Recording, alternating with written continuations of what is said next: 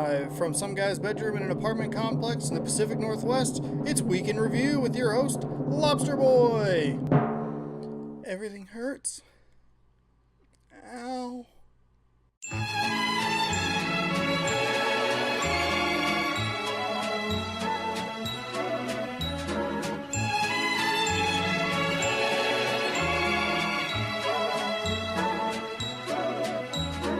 What's up, everybody? Welcome to a very pain-fueled episode of Week in Review. I am your host, of course, the Lobster Boy himself, and on this week's show, we're going to talk a little bit about the Nintendo Switch. I'm going to tell you about an outdoor adventure I went on and why I look like this.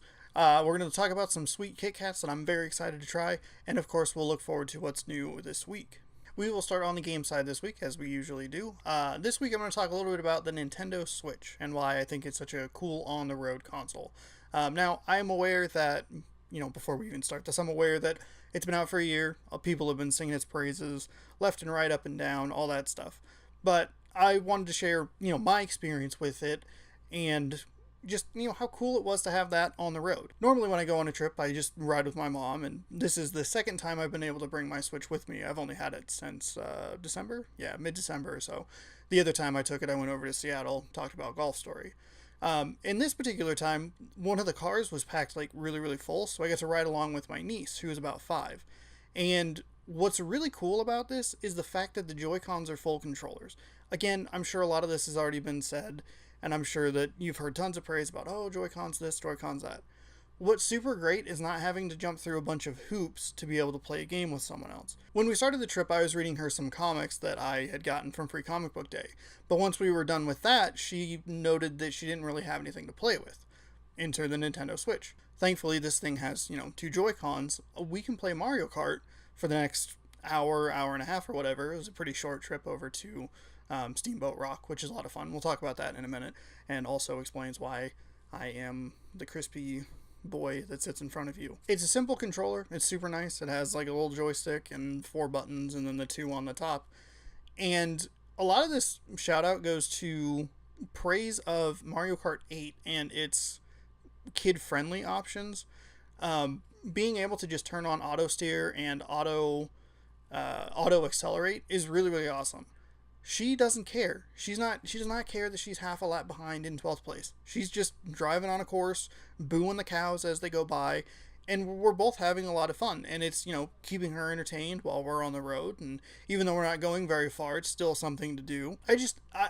I can imagine how, relieving that must be as a parent, who has 2 kids. You don't have to go spend another $60 or $70 on a controller. And I'm sure that's just super relieving. They're not the best controllers in the world, but they get the job done, and it saves people money, which is always nice, because instead of, forking over $60 or $70 for a controller, instead you get an extra game, or you get a game in the first place. And you're like, hey, you're going to play Mario Kart all the time because, your kids, and Mario Kart's an awesome game. It's full of bright, colorful characters. It has great tracks. It has great music. It's a lot of fun. The blue shell's still garbage, but, they tried to balance it out with that stupid music box. I don't know, it's just, it's a lot of fun to play. Talking about something a little bit different on this particular show. Normally it's games and movies focused, but since I'm, sunburned to a crisp, I thought I would talk about my experience at Steamboat Rock, which is a really, really great place. It looks like Red Dead Redemption, and that's really cool. I posted a picture on my Instagram. You can go follow me on Instagram if you really want to. It's not at Lobster Boy, though that would be a pretty good one to have. It's at Shaunosaurus Rex, so you can check out the picture for yourself. We went over to Steamboat Rock to do little Mother's Day getaway, and my mom likes to hike, so she took us on a hike. A hike that I have tried before, and a hike that I quit before. And this time I succeeded. We got all the way up to the top, and it's a beautiful area. I don't like that hike. Do you like going just straight to the sun for an hour and then flattening out and then going right back down? If so, this hike is for you.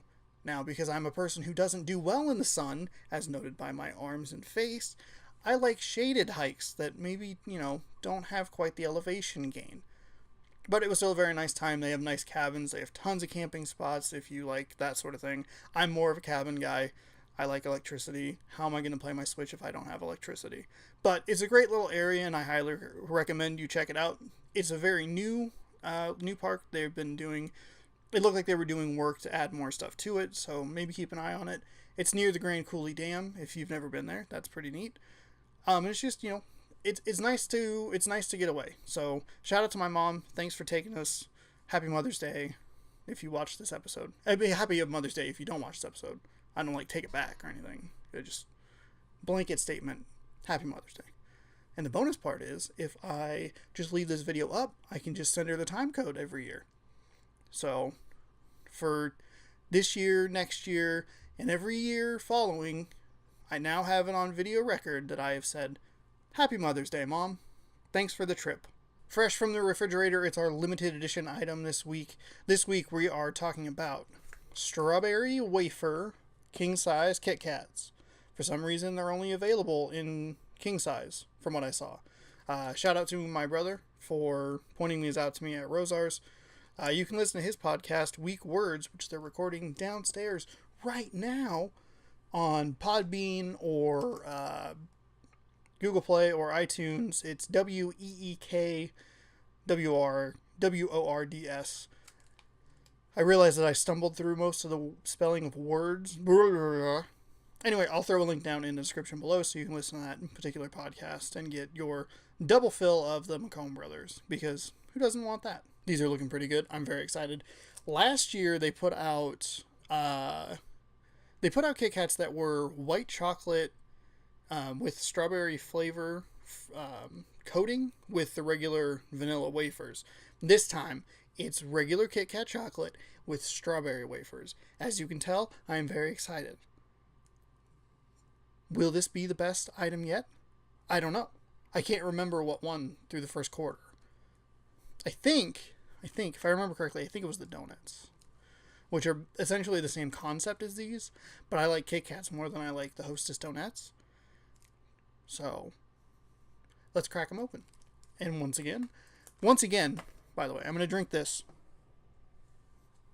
we're going to drink this with a delicious Baja Blast to wash us down. Again, Taco Bell, if you would like to sponsor this show, please contact me. My niece pointed out the other day that I take my wrapper off of all my drinks, which is the second time someone had mentioned that last week, which is super weird. Another dumb thing that I did when I was at Steamboat Rock was I decided that I would take my Nintendo Switch up to the top of the hike, because I thought it'd be funny to post an Instagram photo of like, oh look, here's me playing my Switch on the top of this hike. Like, because I post pictures of me taking my Switch down to the movie theater, which makes way more sense because the level of danger in, a movie theater is significantly lower than, like I don't know. My mom said we climbed like 50 sets of stairs. So however many feet that is, coming straight down. I actually fell and almost broke it. So worth it. One Instagram photo, a $300 Instagram photo, but it's fine. So don't worry. I'm sure you were worried, but don't worry. Anyway, I take the labels off my drinks. That's where I was going with that. So, we have a drink. We're going to put that right here. Again, it's blindingly white. We're going to crack this open. I pulled these out of the fridge. Like 5 minutes ago. They're already starting to warm up. So I'm really, really glad that I put them in the fridge. Now they're going to look just like regular Kit Kats, and that's totally fine. But it's what's on the inside that is what I'm excited for.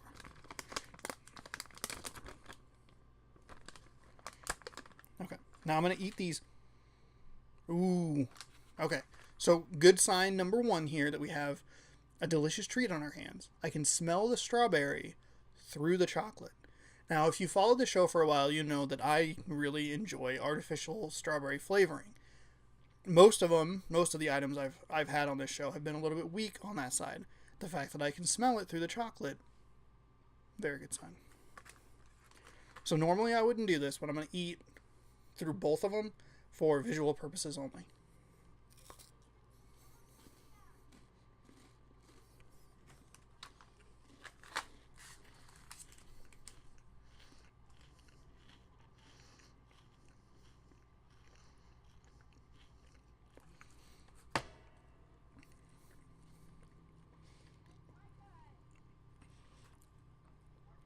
So I was wrong. They're just regular wafers. It's a strawberry chocolate coating. So either I must have read this wrong at some point, so that's good. Damn it. I was really excited about the potential of the strawberry wafers. So that one's on me. I'm not going to count it against it. I goofed up. So my expectations weren't set correctly. Having said that, I still really like these. There is enough strawberry flavor in there to kind of give it a nice little kick, which is super nice. The wafers are fine. These are a little bit chilled. I don't think that really matters. It's still a Kit Kat bar, which is very, very good. So I will continue to eat them. Oh, but these are great. I really like these. Finally, here on the show, we'll look forward to what is new this week in theaters, on Blu-ray, what kind of games are available, and we'll start in theaters because Disobedience, I think, is out. I'm not really sure. They did the Isle of Dogs thing where they announced it for one date, which I think was April 30th, and then it's been at the top of the, like, coming out this week on the Movies app that I use on my phone for the last 3 weeks. So, third time's the charm, I guess. I don't know. I didn't want to have an Isle of Dogs situation where I mentioned it 3 weeks in a row, and then the next week I'm like, it didn't come out. How am I supposed to watch my movie about whatever that movie's about? Grumposaurus Rex all of a sudden. Anyway, also out this week is Deadpool 2, which I'll be checking out this week. Going to the Deadpool 2 double feature that they're doing. So looking forward to seeing that. As far as stuff that's on Blu-ray, it was a little bit barren this week. I know that Black Panther is out, but it's also been like pretty light. Die Hard's getting its 4K restoration whatever release for the 30th anniversary. Buckaroo Banzai, the galaxy trip through the 8th dimension. What did I write down? That's not the right. Oh, no, that's the right side. The Adventures of Buckaroo Banzai Across the 8th Dimension is out on Blu-ray. And the, read this sarcastically, 2000 classic Adventures of Rocky and Bullwinkle, a movie that I'm pretty sure I saw in theaters when I was 10, but couldn't tell you anything about it, except for that I saw it in theaters. That hits Blu-ray as well. I don't know if that's like a fresh release or like a repackaging sort of thing.